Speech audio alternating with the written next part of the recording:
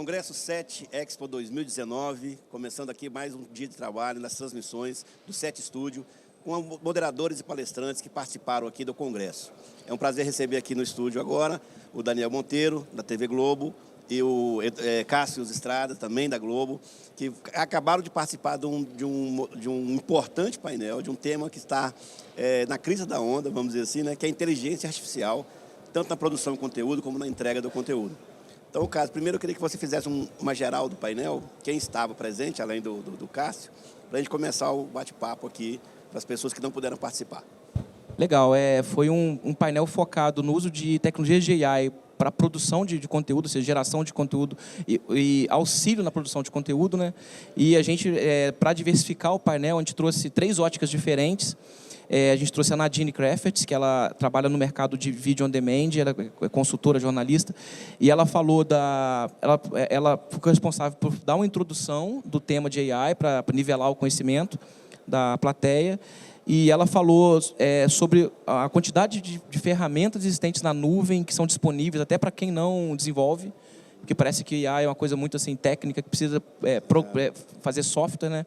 Existe muita ferramenta disponível para até quem não programa ou até quem não é técnico utilizar. Ela falou sobre isso e falou alguns cases, por exemplo, geração automática de clipes, geração de metadados e tal. O segundo painel foi do Cássio, que ele falou de cases reais de aplicação de inteligência artificial na Globo, feito pelo Laboratório de Inovação, de uso de AI realmente nos workflows de produção de conteúdo. E, para finalizar, o Paulo Henrique, que é da indústria de publicidade, né? Então ele trouxe aplicações de AI na publicidade.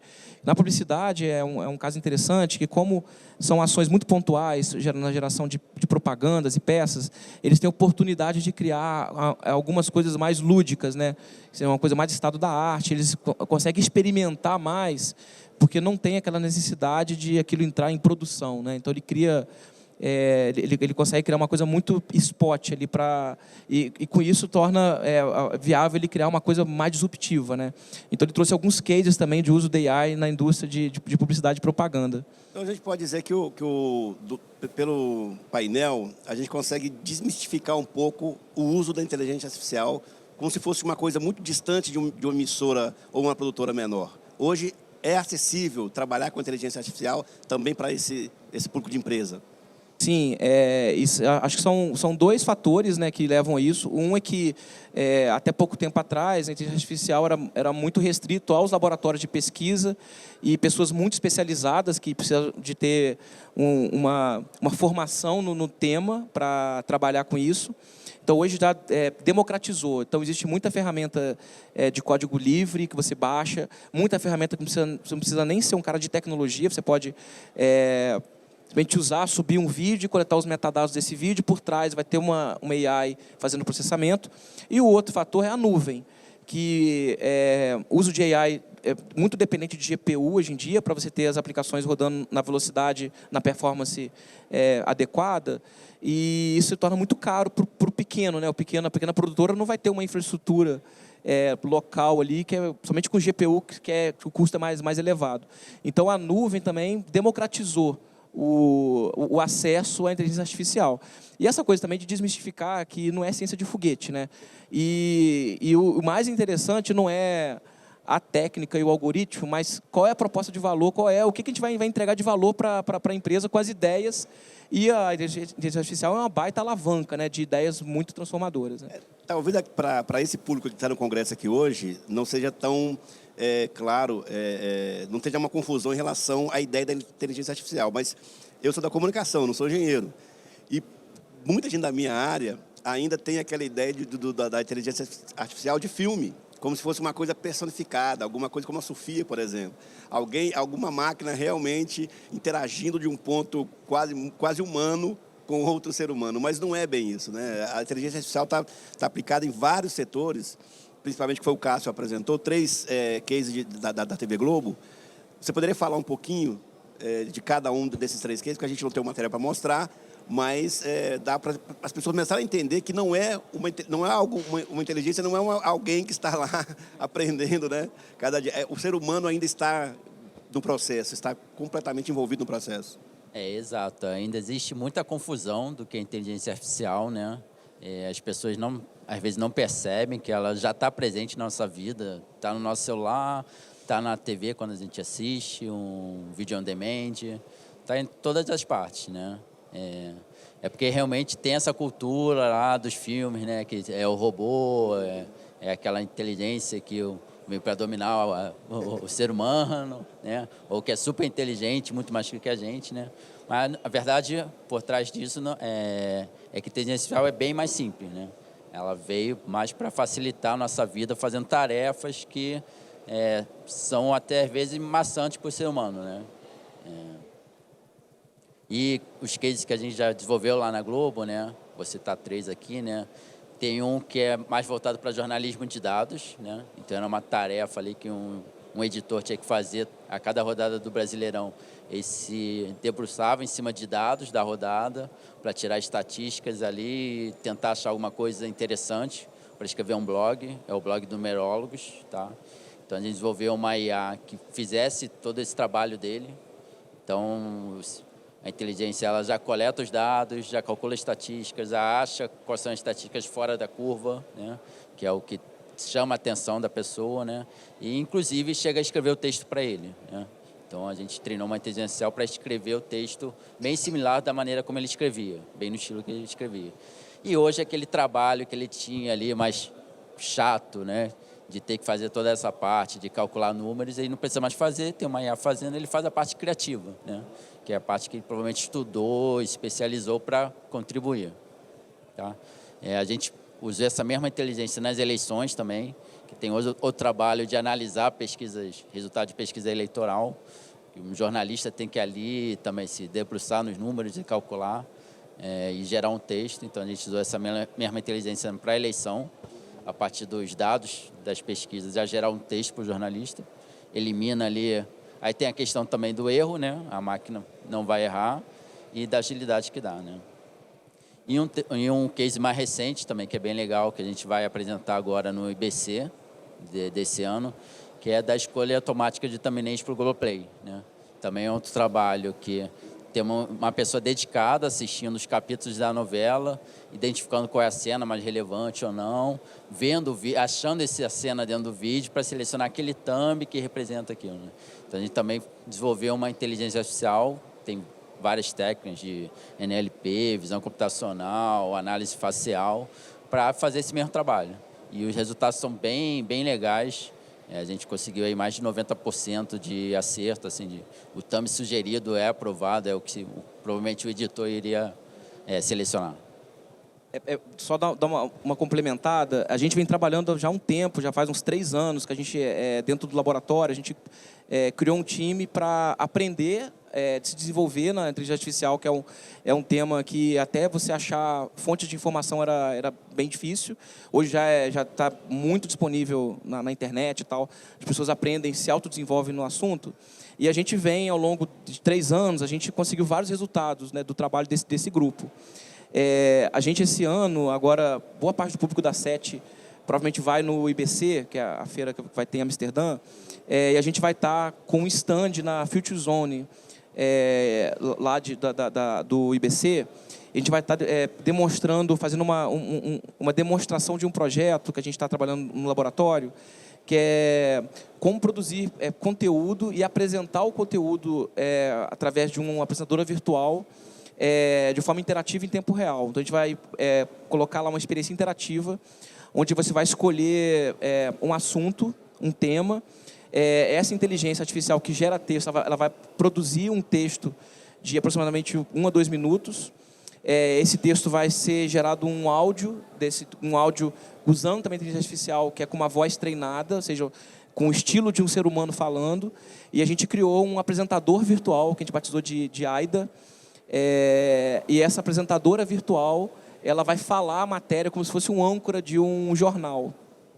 A gente vai estar uma experiência, é uma demonstração de tecnologia do futuro da produção de conteúdo, né?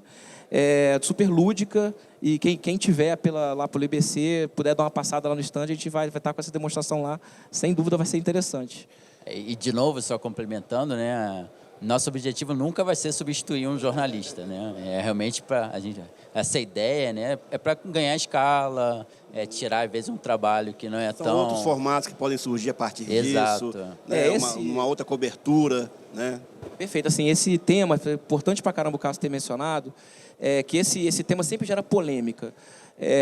Todos os lugares onde a gente vai apresentar projetos de AI, a gente comenta sobre os resultados, as pessoas tendem a focar muito na substituição do trabalho. Talvez seja uma questão dos filmes também que vem, né? Os filmes, traz isso logo na memória. Exatamente.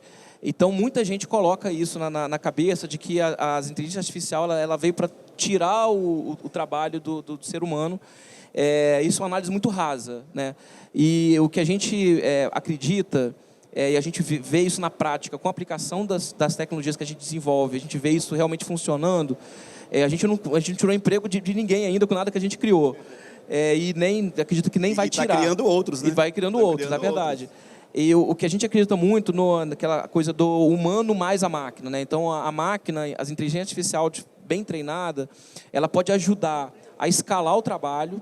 Então, por exemplo, esse blog que a gente fez, que era do futebol, foi para a Série A do Brasileirão. Quantos esportes não têm produção de conteúdo porque as produtoras de conteúdo, as emissoras, não tem como escalar as equipes para cobrir todos os esportes? Por que não colocar a inteligência artificial fazendo essa escalabilidade? E personalista. E personalização. Eu posso Também ter um Exatamente. apresentador Você pode virtual. ter um viés para um time, para um outro. Claro. Exato. Você pode gerar um texto. Lá, por exemplo, na UNBC, a gente vai ter... A pessoa vai poder escolher o estilo de texto, o estilo de linguagem. Então, você vai poder escolher uma coisa mais coloquial, mais formal... E a geração de texto vai respeitar esses estilos, né? Isso é uma coisa muito difícil, assim, impossível de colocar para fazer essa personalização com humanos, né? Então, a gente acredita muito nesse mix inteligente, né? Da máquina mais os humanos, né? Então, machine learning é a mesma coisa que inteligência artificial? Sim, é a mesma coisa. É porque a inteligência artificial é tipo um guarda-chuva que abrange várias outras tecnologias, né? Então, sempre quando você escutar machine learning, deep learning, visão computacional, processamento de linguagem natural, o NLP, isso está embaixo do guarda-chuva de inteligência artificial.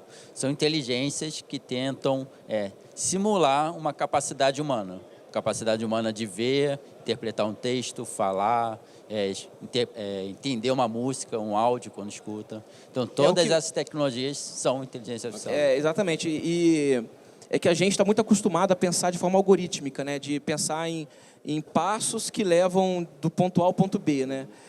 A inteligência artificial, essa categoria, né, de técnicas, e o machine learning é uma delas, são algoritmos que fazem com que a máquina aprenda a partir de exemplos, de resultados, e ela consiga produzir novos resultados a partir de outros que ela aprendeu.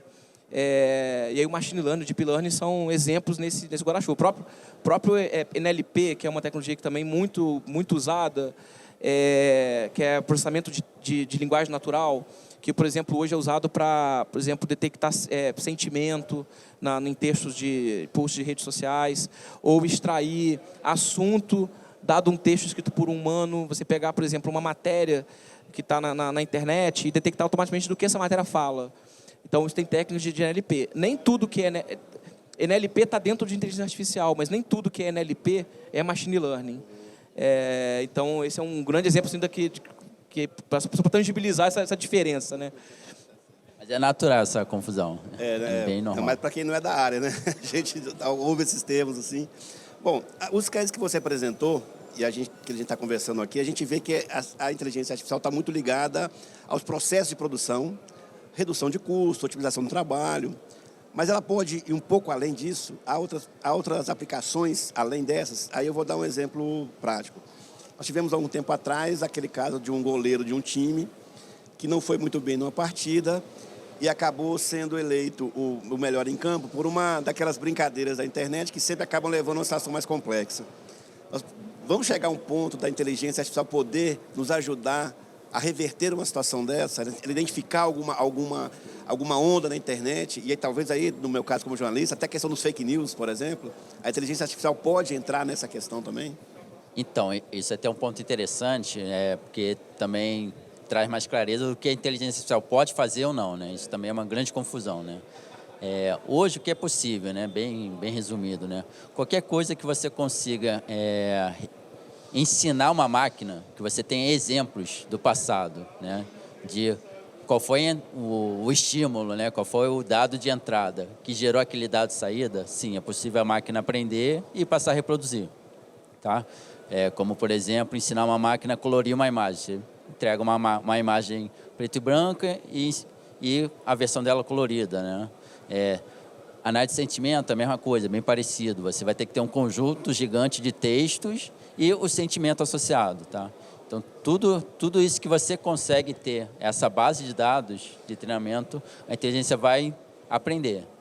Infelizmente, existem coisas que realmente não é tangível a gente criar coletar informações e tangibilizar. Não é exemplo suficiente para o aprendizado. Exato. Esse é um ponto importante. A maior parte dos algoritmos precisa de um volume muito grande de dados. Isso também faz parte se pegar o contexto, né? O Big Data, que vem sendo falado há 7, 8 anos, se tornou mega importante, porque você precisa de um volume muito grande de dados. Esses casos que o Cassius mostrou lá, de treinamento, são treinamentos da ordem de centenas de milhares ou milhões de exemplos para a máquina aprender. Isso quando fala de coisas muito complexas, como, por exemplo, geração ou processamento de imagem. Precisa de muitos exemplos. E hoje existem muitas bases públicas que você baixa na internet. E hoje quem consegue gerar essas bases, a base virou quase o dado é o novo petróleo, né? Então as bases viraram uma coisa muito valiosa. E muita gente tem algoritmo e não tem base. Então ele acaba não conseguindo evoluir nas pesquisas e tal, porque ele não tem essa base de dados para treinar os algoritmos. E tem algoritmos que recebem poucos dados e o treinamento fica ruim, sabe? O resultado não fica bom. A gente acaba mostrando casos que deram certo, mas o número de casos que não dão certo é muito grande. Coisas que o resultado simplesmente assim, é quase uma piada o que a inteligência artificial gera.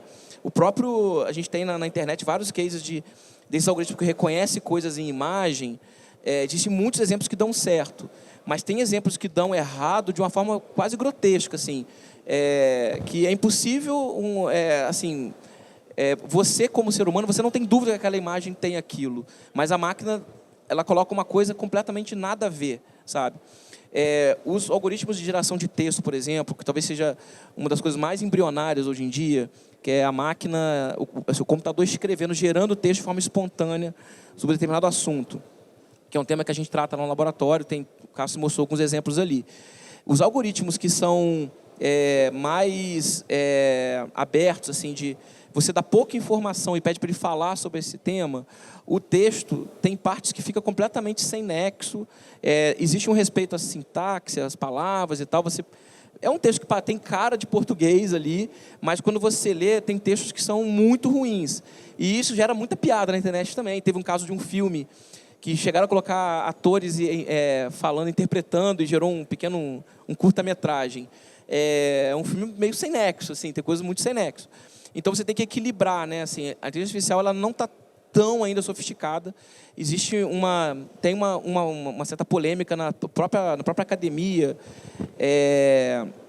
que fala que a inteligência artificial ela chegou num nível que ela faz muita coisa e é incrível. Realmente os resultados são pseudo-milagres, o que ela faz. Por exemplo, esse caso de colorir imagem é um caso incrível. Caso, por exemplo, de criar, a gente viu lá, por exemplo, criação de super slow motion. Você pega um slow de baixa velocidade, né, que quase no tempo real, e ele cria um slow gigante, assim. E é impressionante como que os frames interpolados ali são bem feitos, né? Então, são quase milagres, né? Mas tem uns que defendem que a inteligência artificial precisa de um próximo passo, que vai ter uma nova virada, que vai surgir alguma tecnologia. Boa parte desses avanços surgiu por causa do Deep Learning, que inclusive foi premiado com o Prêmio Nobel, né, esse ano. Os autores originais são dois autores. Tem alguns acadêmicos que defendem que, para tudo que a gente sonha fazer usando inteligência artificial, vai ser necessário um novo passo. Qual é o próximo Deep Learning que vai aparecer? A próxima técnica que vai gerar a próxima onda de AI. Mas a gente tem muito que surfar nessa onda atual ainda. Né? A gente, talvez por ansiedade nossa natural mesmo, a gente não entende que a gente está no começo de uma nova situação, de um novo ciclo. Esse caso da fake news, saiu uma matéria, acho que foi essa semana, de uma empresa que está produzindo textos de uma forma assim, inacreditável. Você coloca um assunto, ele tem na internet online, você pode testar online. Você coloca um assunto e ele produz um texto para você sobre aquele assunto, e é inacreditável. As pessoas que ele cita, as pessoas que não existem, é realmente inacreditável. E ele fala, nessa tecnologia, ele cita que talvez essa seja a melhor forma de a gente prevenir as fake news. Porque com essa qualidade de geração de textos, já tem geração de vídeo, né, os deepfakes, o ser humano está ficando incapaz de distinguir entre uma coisa gerada pela máquina e uma coisa gerada pelo homem. Então, o que é mais provável é que a gente tenha algoritmos que consigam classificar como um texto automático gerado por inteligência ou um texto humano. Ou então resgatar a credibilidade do ser humano agora a notícia. Exato. Não, de comunicação. Exato. Isso tem acontecido muito com a curadoria, né? É uma coisa que a gente estuda na minha área de jornalismo, que os fake news ele promoveu essa bagunça, né? E afetou a nossa credibilidade, mas ao mesmo tempo, contra a resposta disso foi o aumento da credibilidade dos veículos tradicionais, dos veículos que realmente fazem a notícia. Então, assim, é uma coisa que é um ciclo que tem a ação e o retorno, né? Toda ação tem o retorno. E essa questão da inteligência estar no início, às vezes a gente tem, por mais que ela venha da década de 60, né? Para essa atuação que nós estamos falando aqui, para esse contexto, esse ecossistema que nós estamos aqui, tem o quê? 5, 6, 10 anos? Eu acho menos, que né? talvez as primeiras menos de 10 aplicações, quem iniciou a mexer com isso tem pouquíssimo tempo na indústria de mídia, essa parte de geração de vídeo, de processamento de imagem. O que é isso dentro do período de uma indústria? Né? E tem pouca gente ainda trabalhando. O boom está acontecendo agora, né? Realmente acho que a publicação, né, do Deep Learning, né, acho que foi em 2008, né, e isso alavancou muito, né, o dado também, a quantidade de dados que hoje a gente produz também alavancou, porque a inteligência artificial necessita desses dados, então a gente está vindo aí numa crescente ainda, né, mas eu acho que ainda a gente não achou o lugar correto do uso da inteligência artificial. É os primeiros passos, né? Dos primeiros passos, o dado é muito importante, mas não necessariamente só o dado, a gente precisa de dado preparado para treinar a inteligência artificial. Isso também é uma coisa importante, que é o trabalho que se tem de pré-classificação dos dados que vão ser submetidos à rede, para treinar a rede, é um trabalho importantíssimo, não pode ser subjugado, né? Então, os datasets, por exemplo, que são curados e mantidos por pela comunidade, são muito perfeitos, são muito bons. E você, na tentativa de você pegar os seus dados e transformar num dado que possa ser usado para treinar uma máquina, precisa de um tratamento desses dados também. Então, isso é importante, as empresas precisam investir nisso, de ter processos e métodos, né, e pessoas trabalhando na criação de datasets apropriados para que ele possa treinar a aplicação que ele deseja, né? Okay. Pessoal, muito obrigado, Daniel, Cássio, muito obrigado. Foi um painel, adorei aqui o debate, o painel foi muito bom, mas aqui também foi muito bom. Joia, obrigado. Obrigado a você. Agradeço mesmo. Continuamos aqui no SET Studio. Até a próxima entrevista. Congresso SET 2019.